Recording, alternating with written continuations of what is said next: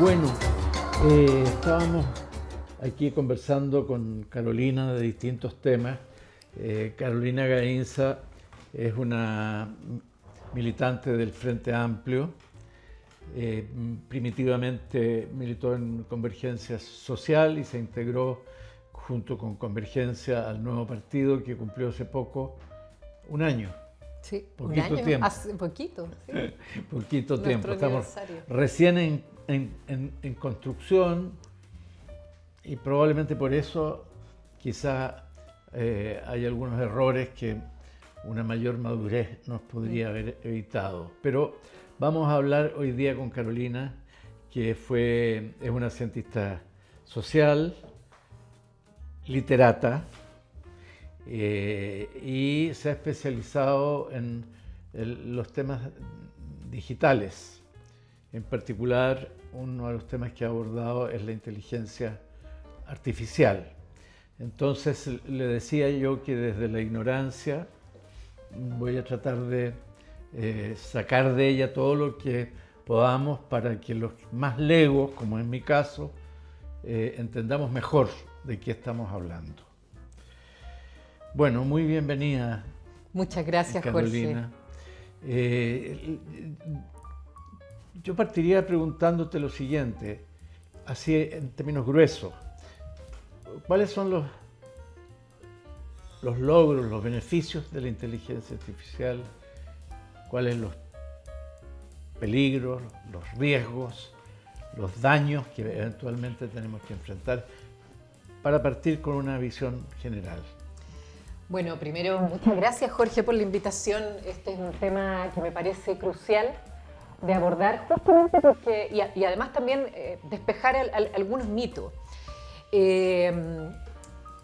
Primero, aquí podemos, la valoración o el cómo nosotros nos enfrentamos a la inteligencia artificial fluctúa entre una especie de tecno-optimismo, como la inteligencia artificial va a solucionar todos nuestros problemas,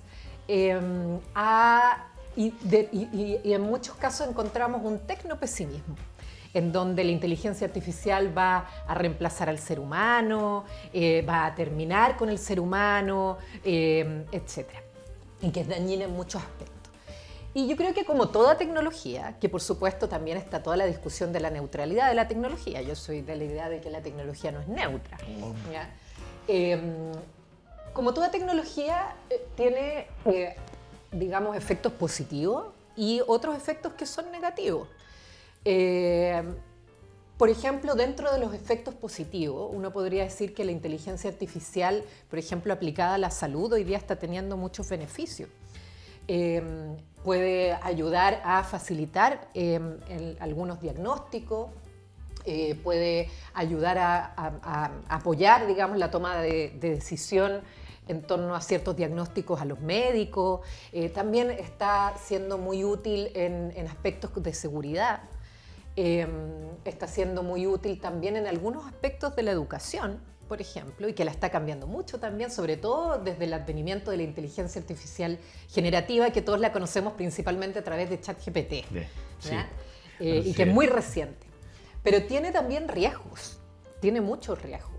Y que eso principalmente fue lo que motivó, por ejemplo, la regulación de la inteligencia artificial en Europa, ¿ya? Y que tiene hace poco una regulación sobre inteligencia artificial, en cuanto tiene sesgos, los algoritmos que permiten la inteligencia artificial tienen sesgos étnicos, de género, de edad también, etcétera. Y esos sesgos tienen efectos súper concretos. O sea, por ejemplo, en Estados Unidos, cuando se utilizó para en juicio, en la justicia, se comprobó que habían sesgos, por ejemplo, sesgo negativo hacia la población afroamericana, y eso significó que se acusara o que se tomara más detenidos de la población afroamericana, justamente por ese sesgo. Entonces también la pregunta en realidad que nos tenemos que hacer como sociedad es qué es lo que nosotros queremos delegar en la inteligencia artificial y qué no. Y creo que eso, y sobre todo por el rápido avance que tienen estas tecnologías, creo que es una discusión que todavía nos falta. Bueno, hay ámbitos donde uno escucha, Carolina, que el impacto de la inteligencia artificial es particularmente una amenaza, un riesgo. Uno de esos ámbitos es el área del trabajo. ¿Qué piensas tú? ¿Cuál es el futuro del trabajo frente al avance de la inteligencia artificial? Yo mencioné algunas cosas al principio, pero efectivamente tú ahora que mencionas el tema del trabajo, también podríamos hablar del medio ambiente, en donde la inteligencia artificial tiene efectos positivos, pero también tenemos que tener ojo con los efectos negativos de la inteligencia artificial, sobre todo en términos de extractivismo. Pero yendo al tema del trabajo, yo creo que hoy día estamos en una situación bastante similar a lo que ocurrió con la transformación del trabajo en la era industrial.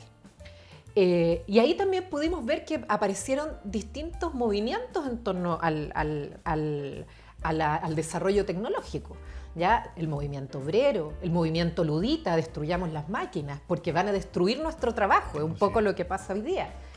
Y en realidad, y por otro lado, está la idea de que la inteligencia artificial nos puede liberar del trabajo y que y que podríamos tener más tiempo libre. Yo no soy tan optimista. Yo no soy tan optimista.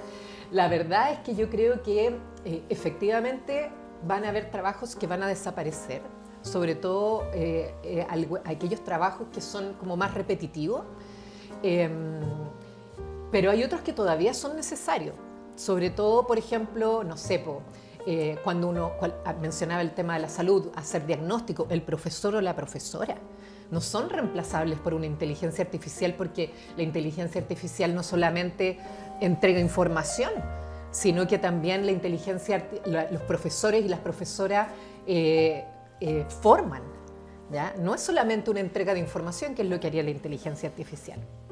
Entonces yo creo que lo que va a pasar, 10 otros ejemplos, podría dar otros, pero en realidad yo creo que lo que va a pasar con el trabajo hoy día es que creo que va a empezar una demanda por nuevos derechos. De hecho, hemos visto, por ejemplo, en los trabajadores de la cultura, movimientos, por ejemplo el de Hollywood, pero han habido otros, en donde los guionistas, por ejemplo, dicen, bueno, aquí hay un trabajo que yo hago, la inteligencia artificial se nutre de mi trabajo y de lo que yo hago, y después escribe por mí. ¿Cómo es eso? Están los derechos de autor, todos esos temas. Bueno, la verdad es que se nutre de todo lo que la humanidad ha acumulado en un largo tiempo, ¿no? Claro. Es más, también de la información que nosotros le entregamos. Bueno, cuando tenemos Alexa, por ejemplo, en nuestro velador, o cualquiera de estos dispositivos que nos escuchan y que nos dan información, al mismo tiempo están recibiendo información de nosotros.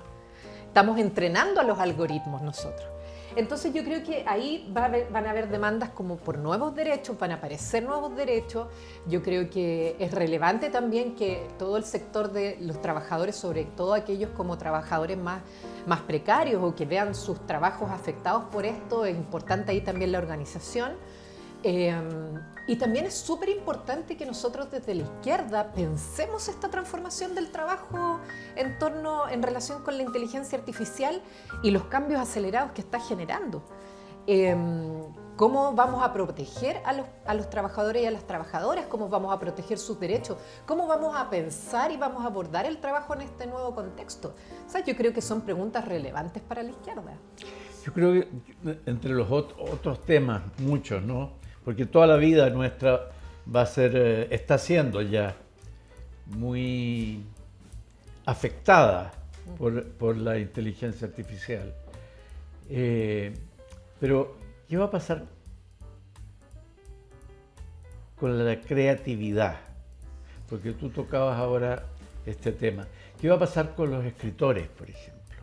Porque ya hay, yo entiendo, novelas o cuentos que se han hecho a través de la inteligencia artificial y que comienzan a venderse, a circular. El mercado se está apropiando entonces de esta fuente para hacerla creativa y vamos a tener dos literaturas, como quien dice, una literatura de autor casi como manual, que manual, ya no se usa porque se usan los computadores, y vamos a tener una literatura que surge de la inteligencia artificial. O sea, a ver, es que yo creo que efectivamente por todo, mira, hemos pasado por los efectos de la inteligencia artificial en la salud, en el trabajo, te decía, podemos hablar en el medio ambiente, podemos hablar de las relaciones sociales, las transformaciones en la producción cultural, en la creatividad. Por lo tanto, la inteligencia artificial representa una transformación. No es solamente una cuestión tecnológica, de tecnología y nueva, etc., sino que es parte de un proceso de transformación que viene ocurriendo hace, no sé, 3 décadas, con la globalización, etcétera, etcétera, y que lo que hace la inteligencia artificial es acelerar esas transformaciones. Por lo tanto, en el campo de la creatividad ya se venía hablando, y aquí me entusiasmo porque es mi área de investigación, la literatura digital. Y la cultura digital. La literatura se viene transformando desde el surgimiento de las tecnologías digitales en los 80. La primera novela generada digital, ya electrónica, aparece en Estados Unidos a fines de los 80. No recuerdo el nombre ahora, es de un autor estadounidense. Y luego de eso empiezan todas las experimentaciones desde el arte que se llaman las artes mediales. Y comienza una discusión respecto a la transformación de la autoría, porque en realidad... Esto también, perdón, sí, afecta igualmente a la pintura. A la pintura, al dibujo, sí, a la escultura, en fin. Claro, y es como uno podría pensar que en los 90 estábamos como cuando aparece el cine. Entonces aparecen las tecnologías, ¿cierto? La fotografía o qué sé yo, y aparecen las tecnologías del cine, visuales. Y al principio los artistas los y las artistas no tenían o no habían captado el lenguaje de esos nuevos medios. Pero en los 90, 2000, y con las nuevas tecnologías digitales, en los 90 observábamos eso, como por ejemplo aparecían libros digitales, pero que era dar una vuelta la página igual que un libro impreso. Pero cuando ya los creadores y las creadoras se apropian del lenguaje de lo digital, empiezan a aparecer las literaturas hipertextuales, los poemas hipermedia, etcétera, etcétera. Pero con la inteligencia artificial observamos otro tipo de salto, porque todavía en estas literaturas digitales de los 90, 2000 hasta el 2020, observábamos que había una colaboración humano-máquina y se hablaba de lo poshumano, el autor poshumano, o incluso de un estilo propiamente digital y que podría tener la propia máquina como distinto al estilo humano, que la máquina también permite una cierta creatividad distinta. Pero hoy día la inteligencia artificial, cuando uno le dice, quiero que me crees un cuento con tales características, y me lo escribe, estamos hablando de otra cosa. Sí. Claro. Entonces, porque tú le puedes decir, por ejemplo, quiero que escribas un cuento como si fuera Simenon. Claro. Una novela policial, como si fuera cualquier autor. Como cualquier autor. Y la inteligencia artificial va a tratar de reproducir el formato de literatura que ese autor tiene. De reproducir ese estilo, el estilo del autor o de la autora.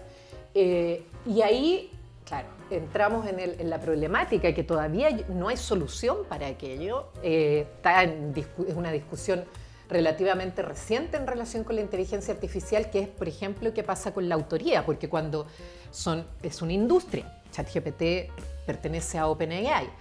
Entonces, cuando hay una industria que alimenta sus algoritmos con el estilo de un autor y empieza a crear con el estilo de ese autor, bueno, ¿quién se está beneficiando? ¿Se está beneficiando el autor o la autora? ¿Se está beneficiando OpenAI? ¿Quién? También por otro lado está, también está como el trabajo con esa inteligencia artificial.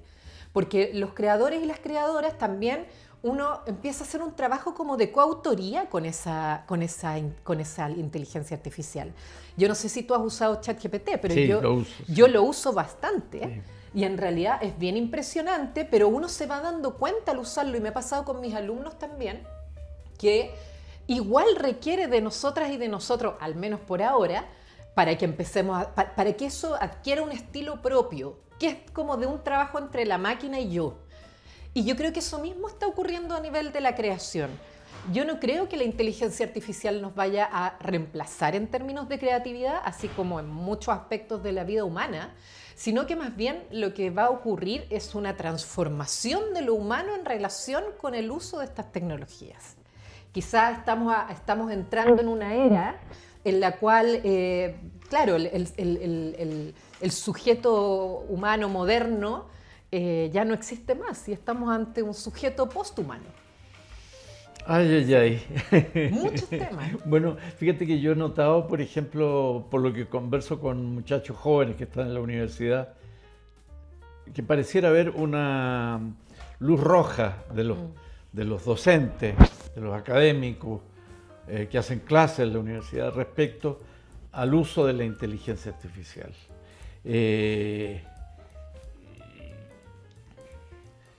¿Cómo se resuelve ese problema? Porque tú le encargas un paper, un texto como tarea a los estudiantes, y bueno, en realidad yo creo que es relativamente fácil hacerlo en la inteligencia artificial. Sí, o sea... dándole los parámetros. Tengo estas ideas, ordénlas y escríbeme un artículo. Sí. Claro. No, es súper fácil. Y el problema es que nosotras, los profesores y las profesoras, no tenemos herramientas para distinguir si es que ese ensayo fue escrito por el estudiante o no. Ahora, más allá de eso... Perdón, ese problema con o sin inteligencia artificial ha existido. Justamente eso te iba a decir. Sí, porque es como las tesis, ¿no? Hay en Estados Unidos gente que vive de escribirle las tesis a estudiantes que se van a doctorar, y algunos estudiantes para doctorarse pagan para que les escriban la tesis. Bueno, esto se ha sofisticado ahora, porque ahora se le paga al chat GPT. Claro. Claro, o sea, es que mira, la copia ha existido siempre.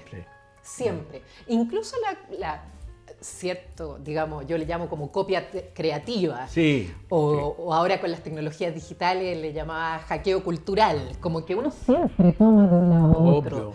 Claro, incluso cuando, no sé, los escritores cuando van a escribir una novela están influidos por las lecturas de otros autores. Y eso no es copia en realidad, es como plagio creativo, no sé cómo se llama. Es la creatividad finalmente, ¿no?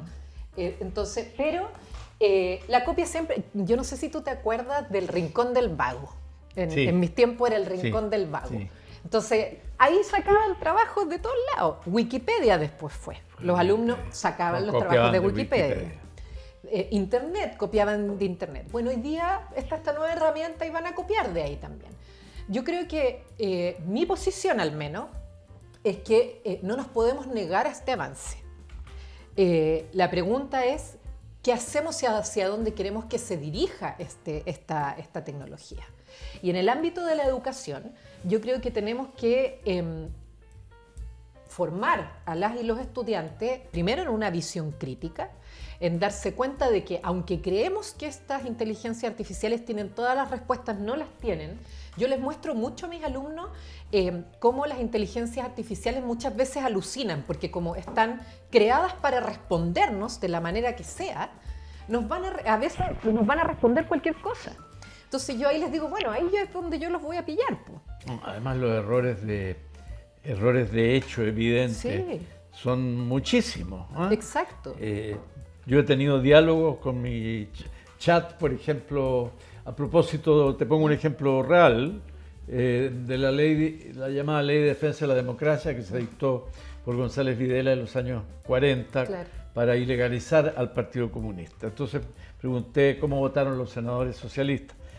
Venían dos que yo sé que votaron en contra de eso. Exacto. Le digo, mira, corrígete, esto no lo vuelvas a repetir, no, perdón, sí, tienes esto. Porque como te da siempre la razón, claro, y te pide disculpas, y dice, qué interesante, muchas gracias, lo que me has dicho me sirve mucho. Y no iba a tratar de responder a lo que tú le estás pidiendo, aunque no sepa. Entonces, yo de hecho le hice un trabajo a mis estudiantes el semestre pasado usando ChatGPT y me gustó mucho como la reflexión crítica que les generó a ellos este trabajo. Primero, obviamente, los hice exponer, porque si no... Eso es muy importante. Y además eso es muy importante. Claro. Ellos exponen su trabajo hecho con ChatGPT. Claro. Y me dicen, lo usé aquí, acá no lo usé, acá me sirvió, acá no me sirvió. Sí. Entonces, yo creo que hacia allá tenemos que avanzar en la universidad y en toda la educación, digamos, la educación primaria, secundaria. Y ahí además yo me di cuenta de que casi todos mis alumnos lo usaban. Claro.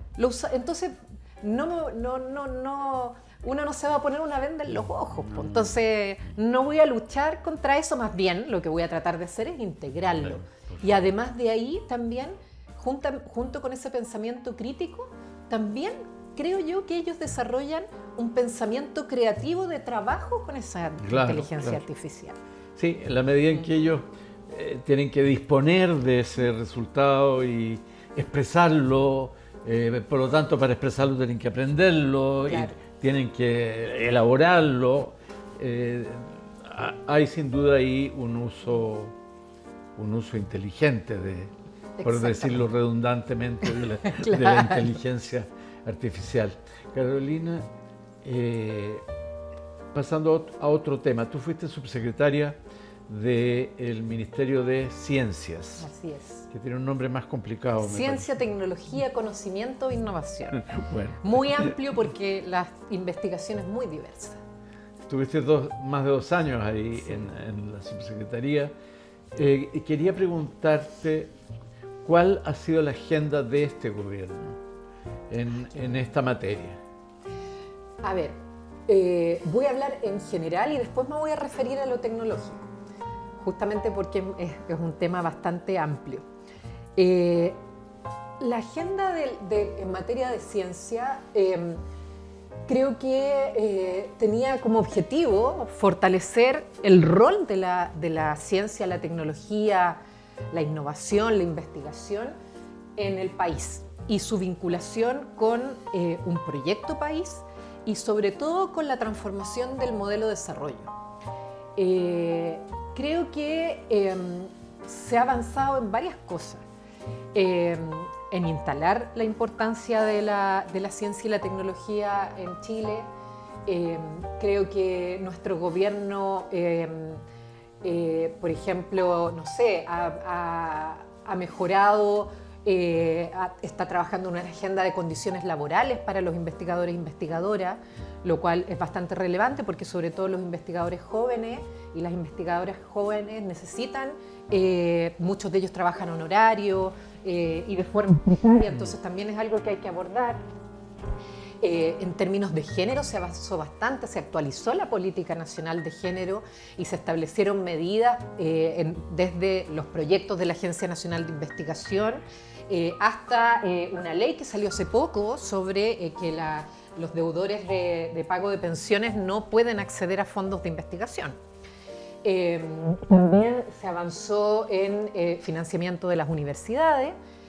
Creo que tenemos que avanzar más hacia un financiamiento basal. Yo creo que hoy día el financiamiento de la investigación todavía sigue siendo en base a un fondo competitivo y con una mirada así de largo plazo de 10 años, pero creo que también le falta inversión. Creo que también es una de las cosas que no se logró del todo en este gobierno, a pesar de que se aumentó la inversión en ciencia, no es a lo que queríamos llegar, pero creo que en eso se ha avanzado. Y también en temas de inteligencia artificial. El Ministerio ya había presentado una política nacional de inteligencia artificial en el gobierno del presidente Sebastián Piñera. Lo que nosotros hicimos en este gobierno fue tomar esa política y actualizarla y darle mucho más fuerte al componente social-cultural de esa política y sobre todo con énfasis en el componente ético. Para eso trabajamos con la UNESCO, con la CAF, y eso derivó en la primera cumbre de ética de la inteligencia artificial que congregó a distintos países de América Latina y el Caribe, y que en ese sentido fuimos pioneros porque después de eso se han desarrollado, creo que este año se desarrolla la tercera cumbre a nivel latinoamericano. Por lo tanto, eso nos da un lugar en la discusión global en torno a la inteligencia artificial, porque hoy día las decisiones las están tomando claro. Europa y Estados Unidos, digamos, y China también. Bueno, entonces nos da una mirada como región. Y por otra parte está la regulación de la inteligencia artificial. Y hoy día se está discutiendo un proyecto de ley, se discutió en general en la Cámara de Diputados, pero volvió a la discusión en la Comisión de Ciencia. Y creo que hay que tener ojo con eso, porque en el fondo creo que hoy día es fundamental que discutamos qué regular, cómo regular. Creo que esta regulación, este proyecto de ley aborda eso, aborda los riesgos de la inteligencia artificial, y creo que en esa discusión no solo tiene que estar presente la industria tecnológica, que creo que ha estado bastante presente en esa discusión, sino que también tiene que estar mucho más presente la sociedad civil, la academia, también bueno, la sociedad civil organizada, como dije, y distintos actores de lo político, de lo social, de lo cultural, porque la inteligencia artificial no es solo algo que transforma, que puede transformar o que puede ayudar a la transformación de la matriz productiva o de la innovación productiva o de la industria, ¿ya? Y potenciar la industria, sino que es algo que está afectando todo nuestro ser, digamos, todo nuestro quehacer, y por lo tanto es importante que esta regulación, y qué es lo que promueve, es que yo creo que el principal principio de esa regulación es la protección de los derechos humanos. No es la protección de la industria, es la protección de los derechos humanos. Y a eso es lo que tenemos que defender, creo.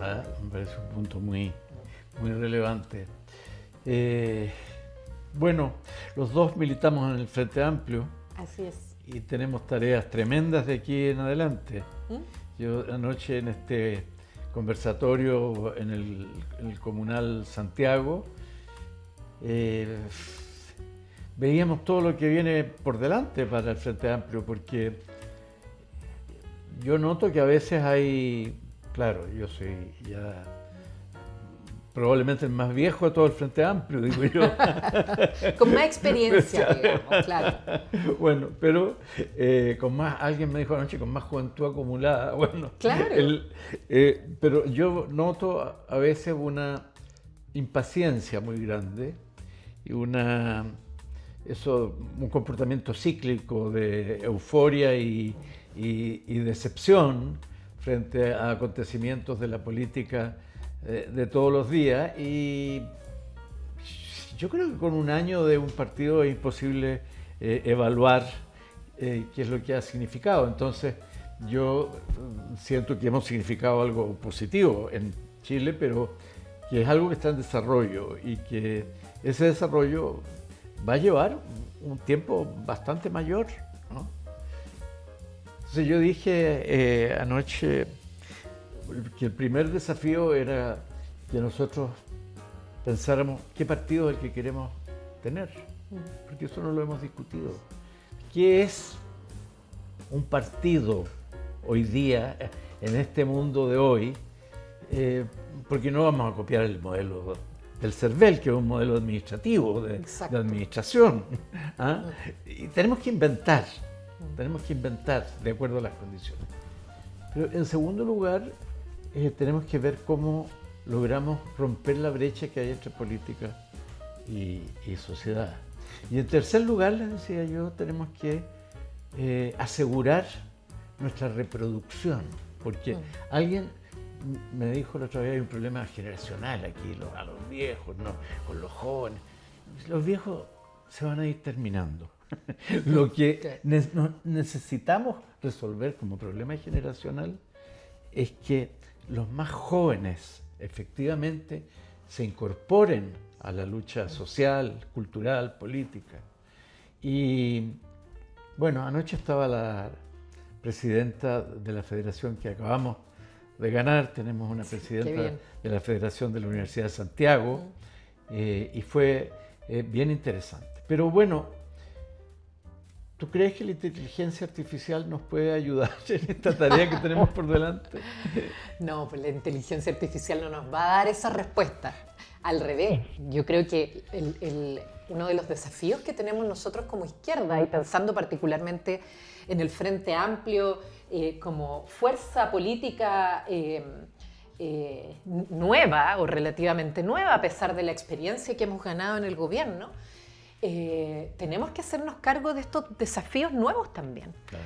Y que están preocupando a parte de la población y que finalmente van a afectar a toda la población. Es decir, así como nos tenemos que preguntar qué tipo de fuerza política queremos ser, qué tipo de partido queremos construir, hacia dónde queremos caminar, como tener ese horizonte y no perderlo de vista, que yo creo que eso es lo más difícil, no perder de vista ese horizonte, y que el camino hacia ese horizonte puede ser pedregoso, pero que si tenemos muy claras nuestras convicciones, vamos a ser capaces de sobrepasar esos obstáculos que nos van a ir apareciendo en el camino. Y yo creo que dentro de eso tenemos que ser capaces de pensar las transformaciones que estamos viviendo hoy día, considerando que uno de nuestros horizontes como partido es la transformación social. Es llegar a un tipo de sociedad más democrática, con una impronta socialista, una sociedad de derechos, etc. Entonces, la inteligencia artificial va a ser parte de esto. Por lo tanto, en ese contexto tenemos que pensar qué tipo de tecnología queremos nosotros. Uno de los principios es esta tecnología con perspectiva de derechos humanos, una inteligencia artificial que sea respetuosa de los derechos humanos, una inteligencia artificial que sea respetuosa del medio ambiente, una innovación responsable. Por ejemplo, la inteligencia artificial puede ayudarnos mucho a monitorear el cambio climático a través de los datos y el procesamiento de datos.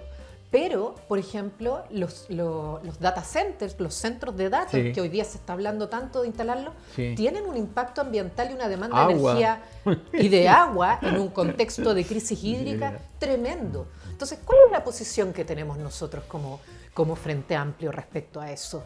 En materia de ciencia y tecnología, la ciencia se desarrolla muy lentamente.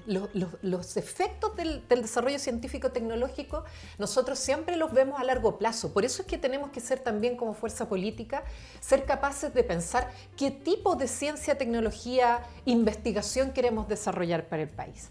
Yo soy de la idea de que tenemos que ser capaces de equilibrar la ciencia por curiosidad, que se le llama, la investigación que es valiosa en sí misma, solo porque genera conocimiento. Dentro de eso están las humanidades, por ejemplo, o parte de las humanidades.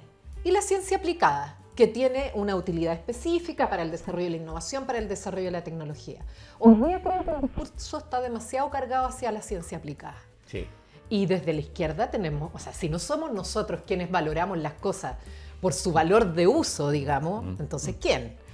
Yo creo que eso también es algo que creo que como partido nos falta bastante discutir el rol de la ciencia, porque en cualquier informe que tú mires hoy día de la CEPAL, de la OCDE, etcétera, te va a señalar que ninguna matriz productiva se va a poder transformar o vamos a tener más productividad si no invertimos en ciencia y tecnología. Sí, claro. El punto es, ¿qué es ciencia y tecnología?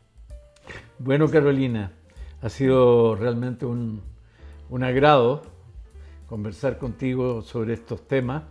Podríamos hacer otro programa y muchos más, porque son temas muy amplios, pero además muy importantes.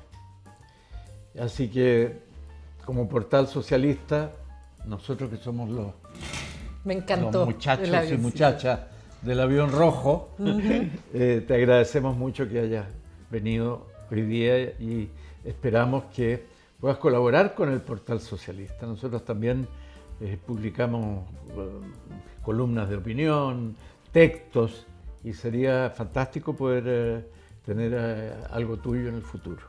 Yo feliz, muchas gracias de nuevo por la invitación. Feliz de que sigamos conversando, sobre todo en un contexto en que las ultraderechas están atacando tanto a la ciencia. Y así seguiré contribuyendo en el Frente Amplio y también con el Portal Socialista. Muchas gracias. Muchas gracias.